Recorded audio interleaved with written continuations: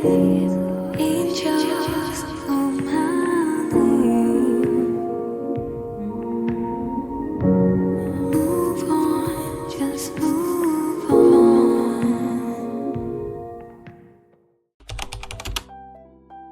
video terakhir, gue sempat cerita kalau gue diberhentikan, kontrak gue gak dilanjut, dan gue gak lulus masa probation. Yang otomatis gue bukan lagi pustakawan dong. Dan sampai sekarang, gue belum dapat kerjaan baru. Sama sekali belum.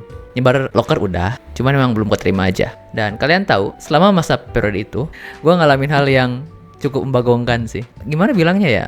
Jadi kemarin-kemarin, gue setelah video itu diupload, lebih tepatnya, sebenarnya itu gue lagi ngalamin masa-masa mental breakdown sih. Selama semingguan lah gue ngurung diri di kosan gitu kan. Gue gak mau ketemu orang, gue gak mau komunikasi sama orang. Pokoknya udah, gue ngerasa dunia kayak jungkir balik. Yang mana di satu titik gue ngerasa apa yang gue rasakan waktu itu, apa yang gue lakukan itu udah gak normal, udah gak sehat. Karena udah menuju ke arah ini ya, ke arah stres sama depresi. Gue udah coba untuk curhat ke orang tua, ke teman, tapi gue ngerasa itu tuh gak cukup. Ternyata sekedar berbagi cerita aja bagi gue di momen itu tuh masih kurang. Gue ngerasa butuh bantuan profesional. Dan akhirnya gue memutuskan untuk bikin sesi temu sama salah satu psikolog di Yogyakarta. Nama agensinya gue spill di deskripsi, bisa dilihat aja di situ. Plus juga link menuju website mereka. Nah ceritanya gue bikin janji temunya itu hari Minggu, Minggu malam kalau nggak salah. Terus untuk sesinya itu hari Senin. Ya mungkin di antara kalian ada yang nanya, lah kok malah ke psikolog? Emang stres apa sih? Sebenarnya kalau misalkan dipikir-pikir sekarang nih, di posisi sekarang, masalah gue tuh ya nggak berat-berat amat. Ada banyak orang di luar sana yang masalahnya kurang lebih sama kayak gua. Kehilangan kerjaan, nganggur, dan gak punya duit. Ya gua pun sadar, gua gak ngerasa spesial, gua gak ngerasa masalah gua yang paling berat lah sedunia. Tapi di waktu itu, gua yang ngalamin dan gua ngerasa itu berat banget. So jadi gua ngerasa butuh bantuan profesional. Dan harapannya ketika gua datang ke sana, itu tuh satu sih, gua pengen cerita sebebas-bebasnya. Karena ketika gue cerita nih ke orang tua ataupun ke teman, ada bagian-bagian yang gak gue sampein. Jujur kemarin gue sempet pengen gitu kan, bagian itu gue gak bisa sampein ke orang tua. Gue takut mereka khawatir. Terus juga gue gak bisa dong bilang ke teman gue juga pengen takutnya mereka malah kesenengan maksudnya sedih gitu kan atau gimana. Intinya ketika gue curhat nih, cerita ke teman-teman terdekat, gue tetap masih ngerasa gak aman. Gue ngerasa belum bisa mencurahkan segalanya. Jadi ada beberapa part yang memang gak keluar aja gitu. Waktu itu teman gue bilang, San, gak apa-apa, take your time. Dan ingat kalau Tuhan itu gak akan membebankan masalah kecuali memang si hamba itu mampu. Dia juga bilang, tenang aja, di setiap kesusahan pasti ada kemudahan. Ya itu cukup ngena sih sebenarnya. Cuman walaupun udah dapat wejangan kayak gitu, gue tetap ngerasa ada yang kurang. Jadi ya ujungnya ke psikolog. Ini pertama kalinya gue ke psikolog. Dulu sempat sih ke konselor, tapi ya untuk psikolog yang profesional itu baru sekarang. Dan buat kalian yang belum, gue kasih tahu aja, datang ke psikolog itu gak kayak kalian datang ke dokter. Datang, diperiksa, dikasih obat, pulang sehat. Gak kayak gitu. Karena ketika kita datang ke psikolog itu tuh gak kayak datang ke dukun. Cerita dikit langsung sehat enggak? Pas hari Senin itu gue datang ke sana, gue ketemu sama psikolognya. Di sana gue curhat lah, ngomongin semua hal yang jadi unek-unek gue, terutama kejadian kemarin pas masih kerja itu.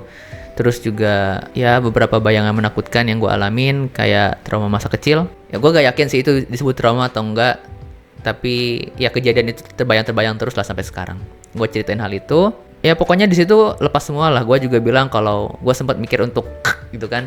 Dan seperti yang gue harapkan, respon dari mbak-mbak psikolognya tuh ya nggak berlebihan lah, nggak menjudge, nggak menggurui juga. Ya walaupun memang gue sama beliau tuh nggak kenal, belum pernah ketemu, dan baru ketemu hari itu. Entah kenapa ketika gue cerita itu gue 100% ngerasa aman sih. Ya mungkin memang di baliknya itu kan ada transaksi bisnis dan profesionalitas. Di luar semua itu, ya gue ngerasa aman lah untuk cerita di situ. Ya udah cerita panjang lebar, gitu kan, udah hati udah plong. Jujur li di situ juga gue nangis. Ya ampun, kalau misalkan lu semua lihat gue nangis, kayaknya bakalan jijik juga. Setelah gue cerita, dari mbak psikolognya itu ditanya, Mas datang ke sini tujuannya apa? Gue bingung sih tuh jawabnya gimana. Kalau sederhananya ya gue pengen gak mau ngerasa ini gitu kan. Gue gak mau merasakan beban di kepala. Gue pengen bahagia. Gue pengen hidup tenang-tenang aja. Ya gue diem sebentar. Gue mikir, ya juga ya tujuan gue ke psikolog ini sebenarnya ngapain sih? Terus gue bilang tujuan gue datang ke psikolog tuh yang pertama, jelas gue pengen cerita sebebas-bebasnya. Gue gak mau menahan apapun itu kan beda sama ketika gue ngomong sama orang tua, sama teman, sama sahabat. Terus yang kedua, perasaan yang gue rasain ini, masalah yang gue hadapin kemarin tuh sebenarnya salahnya tuh di mana? Oke lah, mungkin orang lain ada salah.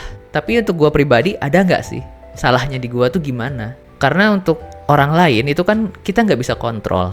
Kita nggak bisa ngatur mereka. Jadi ya satu-satunya hal yang bisa gue tangani ya diri gue sendiri gitu kan. Gue minta pencerahan di situ. Kiranya apa sih yang salah sama diri gue gitu kan? Cara berpikirkah atau memang ada sesuatu? Terus yang ketiga, alasan gue datang ke sana ya gue pengen bebas dari perasaan negatif yang selama ini gue rasain. Nah setelah gue jawab kayak gitu, si mbak psikolognya ngasih gue oleh-oleh. Kurang lebih ada 3 oleh-oleh yang bakal gue bagi ke kalian semua, yang barangkali mungkin ini bakal berguna juga. Jadi untuk oleh-oleh yang pertama, ini senangkap gue ya. Ya barangkali nanti ada yang mau ngoreksi silahkan. Yang pertama itu adalah ubah cara pandang.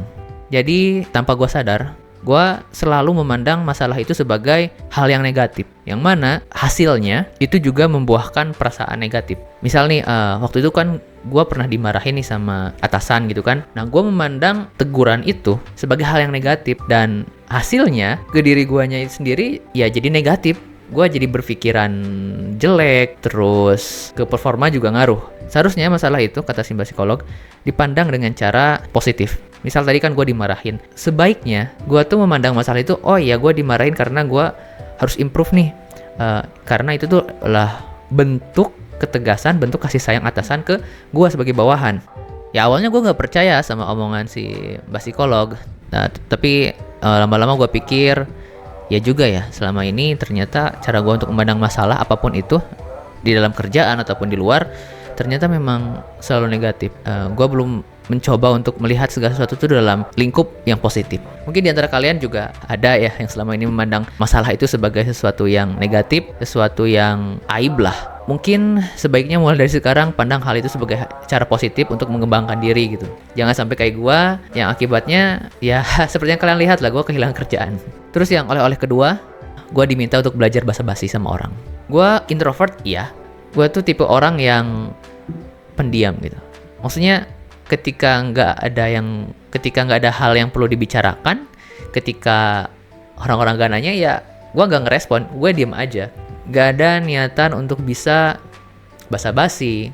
Ketika di zaman kuliah ya itu berhasil aja, hidup gue lancar-lancar aja ketika kuliah. Gak ada masalah lah, gue mau menyendiri, gue gak banyak ngomong, gue menghindari percakapan sama orang, itu gak masalah. Tapi ketika di dunia kerja kemarin, karena kan lingkungannya kan beda ya, gak semuanya itu seumuran sama gue, justru gue malah yang paling muda di situ. Dan ternyata sifat gue itu yang malas banget ngobrol sama orang, itu tuh membawa masalah. Karena ya sekali lagi dunia kerja sama dunia perkuliahan itu beda banget. Dimana dunia kerja kita dituntut untuk ya bisa berbaur lah. Dan sedangkan kemarin gue gagal untuk hal itu. So untuk kalian teman-teman siapapun yang nonton ini, yang udah kerja ataupun yang belum, semoga jadikan pelajaran juga ya.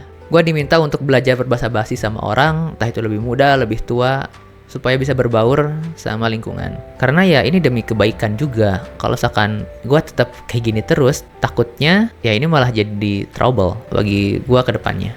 Kemudian untuk oleh-oleh yang ketiga, ini bagus sih, soalnya ini bermanfaat banget untuk meregulasi emosi, untuk lebih self-awareness atau apa gitu. Gue gak ngerti apa istilahnya. Intinya si mbak psikolog itu minta gue untuk meditasi. Seenggaknya 15 menit sehari. Gue coba untuk terapkan, entah itu pagi ataupun siang gitu kan.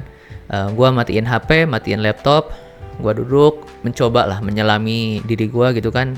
Ya selayaknya meditasi lah, mau entah itu pakai lagu kayak ataupun hening ya terserah lah. Tapi gue lebih suka hening sih. Dan setelah melakukan itu selama kurang lebih 1 minggu, itu ternyata membantu banget. Gue jadi makin sadar tentang apa yang terjadi dengan diri gue, semua emosi yang masuk, gue bisa cerna baik-baik. Pun termasuk 2 oleh-oleh sebelumnya yang gue diminta untuk basa-basi dan juga mengubah cara pandang. Gue harus bilang semua itu sulit, mengubah sesuatu yang udah gue lakukan bertahun-tahun, mengubah cara pandang, kemudian juga belajar bahasa basi, itu tuh susahnya minta ampun. Tapi ya demi kesembuhan, gue pengen kayak manusia yang lain, gue pengen bisa bersosialisasi, gue pengen dapat kerjaan, gue nggak bisa terus kayak gini dong. Jadi ya gue harus berubah, gue harus mencoba hal itu.